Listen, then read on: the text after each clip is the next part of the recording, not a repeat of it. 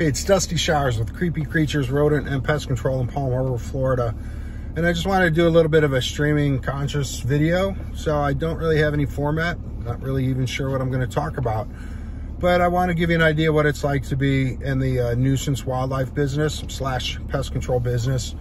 And how I got into it, which was actually kind of perfect because all my life I've been generally unemployable. I've really sucked at having a job. Yeah, I've really been bad at that. But I've been very good at running my own show and doing things kind of my way and whatnot. So I've been self-employed most of my life. I was in college at Northern Illinois on a soccer scholarship back in around 1990. I was a high school All-American. And I went to college and I had zero interest in being in college. I went there specifically to play soccer and to party. That's all I wanted to do, play soccer and party. I didn't want to go to classes. I didn't want to do anything. And so after about 3 years, well, let's back up. Right away in the dorms, as soon as we moved in the dorms freshman year, I started buying reptiles. And I think what really launched that was, I had piranhas and Oscars and even a couple lizards or basilisks. They're called Jesus lizards too. They run on 2 feet. They can run across water. And so we would race them up and down our dormitory hallways, and that was a good time. And then my parents thought it was a good idea to get me a credit card, to help me mature and stuff. And so the first thing I bought with that credit card was a Savannah monitor, which at the time was about $87, I believe.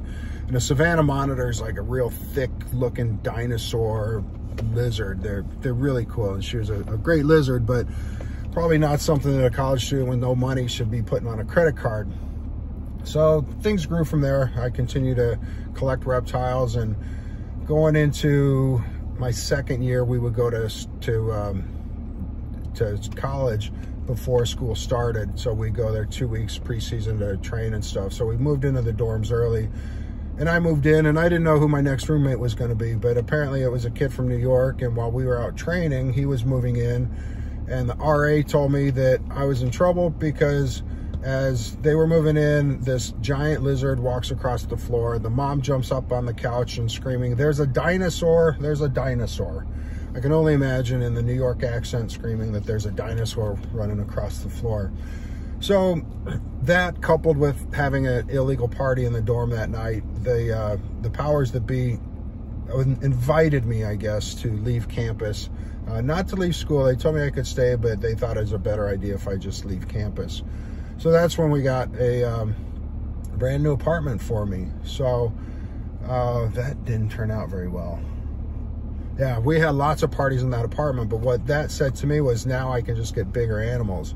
So I started getting boas and pythons, and had 13, 14-foot snakes, reticulated pythons. I was breeding Burmese pythons. I had all sorts of ball pythons, because back then people would buy ball pythons in college because they thought they were really cool. They're only a 3-4 foot snake. They're very docile and easy to get along with. But the problem back then was all these snakes were imported. They had not been able to breed them in the States. So they come in with all sorts of mites and ticks and issues, and they won't eat. So when somebody gets a snake in college, it's really cool to have.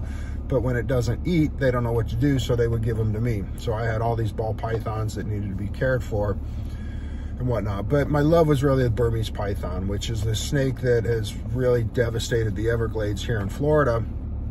But that fact aside, they're really, as far as snakes go, they're a beautiful snake. They do get huge, they get massive, but they just have a beautiful temperament. So I've always liked them.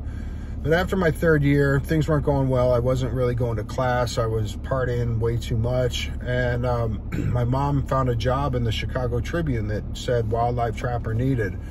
And I looked at the job and I thought, this is for me. So I went in and I basically begged for the job. I would have done anything to get that job. They offered me $6.25 an hour to do that. And I could not have been happier. I probably would have done the job for free. But it was work. It was a lot of work. And we would work in the summer times, 12 to 15 hours a day. We'd end up at 1 in the morning because we do our bee work at night or yellow jacket work at night and wildlife work during the day. So it was raccoons in attics, raccoons in chimneys, skunks, groundhogs, bats, bees, lots of yellow jackets, lots of bald-faced hornets, Probably a few things scattered here and there that I don't, well, getting dead deer, pick up. When a deer would get hit by a car, we would get paid to go and pick those things up, and that was really, really fun. But essentially, you know, I came home and getting sprayed in the mouth by a skunk. There's a story there that I'll tell at some point. Getting peed on by raccoons when you're getting them, trying to get them out of chimneys, because we would, back then we would use a blow dart gun, and we had access to sodium pentobarbital and Ketoset or ketamine, and so we would load the dart, because the way blow darts work is not really like most of the time you see on TV. It's a plastic dart, 2 pieces. It's got a metal tip, and in that metal tip you inject the whatever solution you're using. So in this case it was ketamine for us, and so you inject the dart, and we would use PVC pipe, but we were really cool, so we would decorate it thinking that we were like Native Americans. We didn't mean any offense by it. We thought it was really, really cool. So we all had our blow dart guns, and the blow darts have like a little, I don't know what it is, I'll call it a gunpowder charge, but on impact that charge explodes, and then that's what shoots or injects the product into the animal. And so with raccoons in a chimney, what we would do back then, now they have traps that you can set on the top of chimneys where the raccoon comes out and gets trapped, but we didn't have that back then in the early 90s. So we would take a squirrel trap, which was a square about that long, and we tie rope to it and we drop it down the chimney. And what that does is when we go into the fireplace and we open up the flue, the mama raccoon starts to climb up the chimney, but because that trap is there, she can't get by. So then when she would do that, we would get the blow dart gun from the chimney and shoot up and hit her. So as soon as you shoot the dart at it, you got to duck out of the way, because as soon as she gets hit, she's going to pee everywhere. Nah, you kind of just learn that through experience. I don't know if there's any books that teach you that.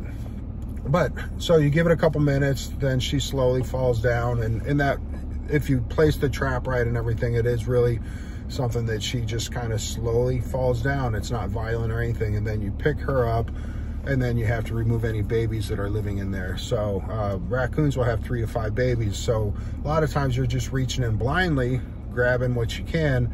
And at first you're not sure how old the babies are. And if they're teenagers, they can be pretty snarky. They can make a lot of noise. They can pee a lot, and they can really be quite exciting to get out. But if they're little, just like newborns, you're just reaching in and pulling out things that don't have their eyes open.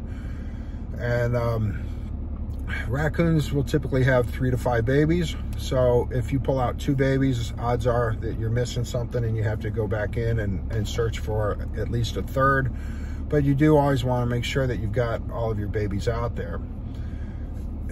The problem with raccoons, and it really haunts me, I'm kind of different in this business. A lot of guys, and this isn't everybody, but a lot of guys just kind of do their own thing. They like to hunt, or they don't care about the animals, so they're in it just for the money. So the animals suffer. And I think if you've got a hunting mentality, a responsible hunting mentality, that's good to have in this business.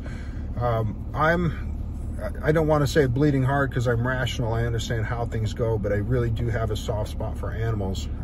But I understand how things are. So to me, what you do is you bridge the people that are on one side, like kill everything, and you bridge that with the other side, with the people that are like save everything no matter what. And if we can communicate, you know, get those people to communicate, then we're in business. But I kind of digress. But the problem is, when you have the raccoons, is those raccoons have to go somewhere. And most trappers tell people, oh, we just humanely relocate them, don't worry. Or even the crazy ones tell people, oh, we have a farm up in Brooksville, which is 60 miles away, and we let them go on this farm. And the couple things are wrong with that is, you can't run your business if every day you're driving 60 miles to drop off animals, unless you're charging for that. And if you're charging for that, your price is going to be so much more expensive than other people. The other thing is, if somebody has a big piece of property that they're letting all these animals go, they are overpopulated. So now there's way too many animals on that property. The other thing is that some of these animals carry disease, and raccoons especially can carry distemper, and they can carry rabies. So if you take them out of one environment and put them in another, it's possible that they're going to spread all the diseases to the other animals, and that's not really fair. The other thing is, there's limited resources. So this is what really bothers me. When I lived in Chicago and we did this, We would drop off skunks. We had to euthanize, which we used sodium pentobarbital injections, but other animals like raccoons and squirrels and possums and groundhogs, we would relocate.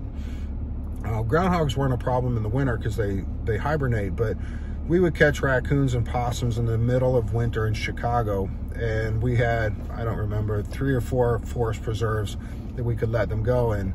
And these are not giant forest preserves. And every day, just our company alone, and there were a couple other companies at the time, but just our company alone would have 3 to 5 technicians with trucks full of raccoons and possums and squirrels that they would then go to the forest preserve and let them go. Like there were these imaginary resources that all these animals could survive on. And especially doing that in the middle of winter. I remember letting possums go in the middle of winter, and possums have very fleshy feet, just very susceptible to cold and whatnot. And we would just let them go in the snow, and the trees were empty. There was nowhere for them to go except to just disappear in through the trees. And it haunts me. It really, really haunts me. I finally got to a point with my business a few years ago where I said, I can't do it anymore. Like, these people need to understand what happens to these animals. And I get it that there are some people that just don't care. But, you know, and there's also cases of trappers that don't care, so they just leave an animal in the back of their truck until they die, or they leave them out in the sun. There's so much inhumane behavior in that industry. And again, there's some great trappers out there.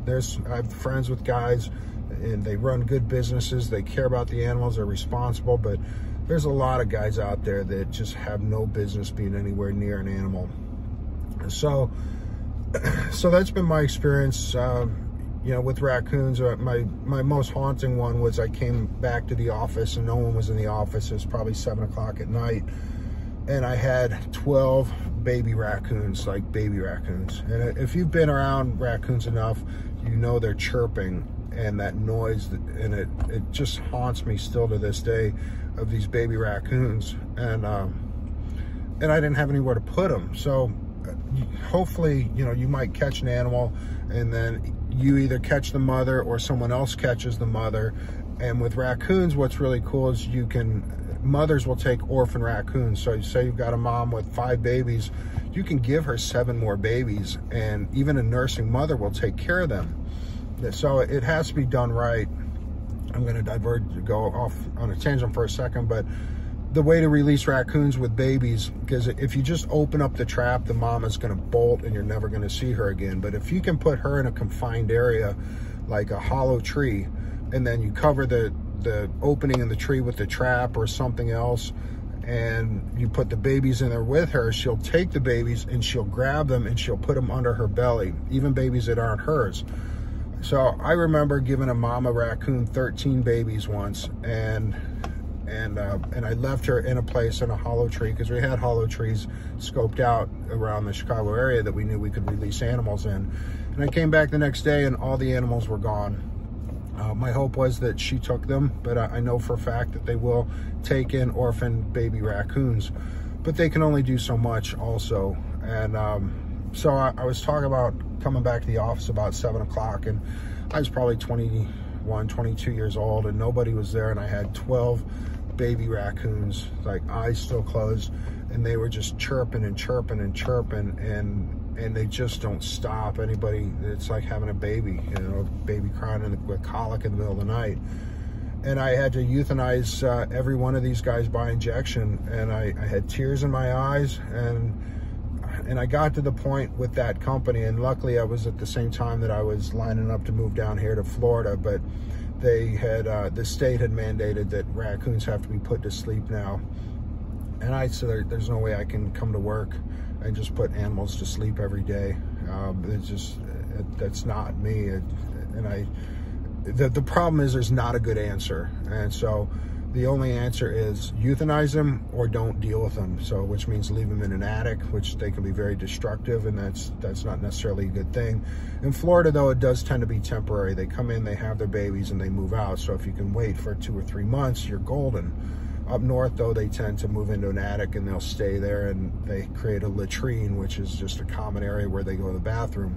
And it doesn't happen in every house, but sometimes you'll go up in an attic and there'll just be raccoon feces, like concentrated in an area, but a large area, like the size of a car, like a footprint, and just raccoon droppings everywhere.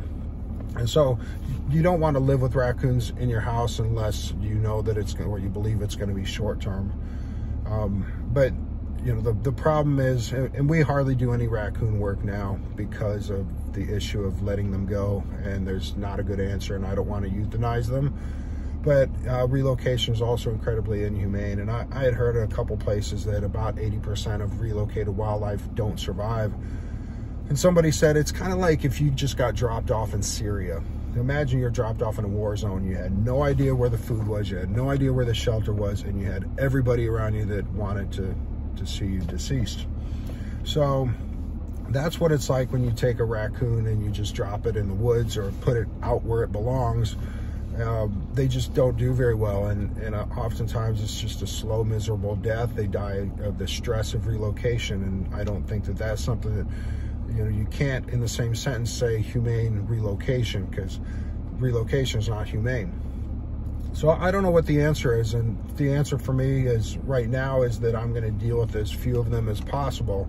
The downside of that is it means somebody else is doing it, and I only hope and pray that it's somebody that cares about the animal, at least being humane about it. If they have to euthanize them, they have to euthanize them, but you know, so I do try to be vocal about that and let people know the truth, because oftentimes the trappers just tell people what they want to hear, and it doesn't happen. So between that and animals that are just out randomly in places and people set out traps, I'm going to post another video of a call that we got with a picture, but especially just old-timer guys that put out a trap every night, and they just want to catch anything that's on their property. I don't know what it is with certain dudes that just can't have animals on their property. It's really nuts, because every night raccoons and possums will go, you know, in and out every neighborhood, and they don't cause any problems, and there's no need to relocate them, and they serve a purpose. So I don't really know where I'm going with this. I just want to let you know kind of what it's like in the day in the life of somebody in the nuisance trapping business that also has ethical dilemmas, I guess, about how to deal with everything. And I don't have the answers. I just can tell you what the problems are, and I can tell you why certain things won't work. And I would love to come up with an answer that doesn't include just killing everything that you catch. But some of this people will say, you know, just call like FWC, Florida Fish and Wildlife, or whatever your conservation organization is in your state. But what they don't understand is that the DOC or Department of Conservation is not about treating animals humane. It's about preserving or conserving the wildlife. So like here in Florida, people get upset when alligators are killed, and they want to call the state and tell them that somebody killed an alligator, which is illegal to do that without a permit. But the state looks at it as, well, we have a healthy population of alligators, so there's no need, you know, why do we need to go save another alligator? We have enough of them. Why do we need to save a raccoon that's half dead? Because we have enough of them. Why do we have to go try to save a deer that might have a broken leg? Because we have enough of them. And that's their job, and that's exactly what they're supposed to do. So treating animals humanely outside of, you know, the FWCs and the DOCs and all of those, that's just not their business, is making sure that animals are treated humanely. Their interest is in the population as a whole and not the individual. And there's nothing wrong with that. That's actually, in my opinion, how it should be. So when we want to deal with issues of, you know, how to humanely deal with things, that tends to be more local, either police that might have time for it, but nowadays it might be difficult to get a cop or a police officer that could really put in that time and effort to track something down. But more private organizations are just pressure on people that when you know something is wrong to make it right. So I think I've talked enough about this. I could probably talk about it for all sorts of hours and different stories, and it's been a long time, and I've seen a lot of things, and it's weird looking at it now as 52 years old. I've become kind of an old timer in this business, where years ago I was just a young little buck. So, but I can't imagine me doing anything else in life. It was kind of my calling. So there's good days and bad days, but sometimes it's boring. Just like any job, you do it enough and it gets boring. But every day is different. The one thing that I love about my job, though, is it's given me the skills to rescue animals. And I know some of you are like this too. When you look out, you're just constantly scanning, even unconsciously, wherever you are, you're just always looking to see, is there an animal? Is like, what is that in the road? Is that an animal on the road? Is that an animal on the side of the road? You're just always scanning. And so, like yesterday, I found an inhinga. It's an awkward word to say, inhinga. It's a bird, a water bird, on the side of the road. And immediately I said, well, they don't, well, first I wasn't sure. I said, that looks like a bird. Then I got up close to it and I said, yeah, it's an inhinga, and they don't sit on the side of the road, so there's something wrong. But luckily, I also know that inhingas, their one goal in life is to poke your eyeballs out with their very, very sharp beak, with their very sharp beak. So that makes them a little exciting to catch, knowing that they want to poke your eyeballs out. But I was able to get him to a safe place, and everything was good. My neighbor is in charge of the Tampa Bay Raptor rescue, so she called me in to help her catch a bald eagle. And then I talked to her yesterday, and she said, hey, we're going to be doing some training with another bald eagle. So it's an injured one. It's a forever animal. It can't be released for a broken wing. But she wants to be used to being around animals, so she asked if I'd like to help work with her. Yeah, I mean, as a little kid, I never thought I'd get to work with bald eagles, much less rescue. I've got a rescue, a bald eagle with the compound fracture, and it was a really, really cool rescue, and I really loved doing that. But I'll wrap it up there. I appreciate anybody that took the time to listen to this. Just thank you. Thank you. So be kind to pit bulls, be kind to possums, and be kind to everyone and everything else out there. Thanks for watching. Sit, possum, sit. Good possum. Google creepy creatures, pest control. Send bugs to bug heaven. Call 727-488-5657.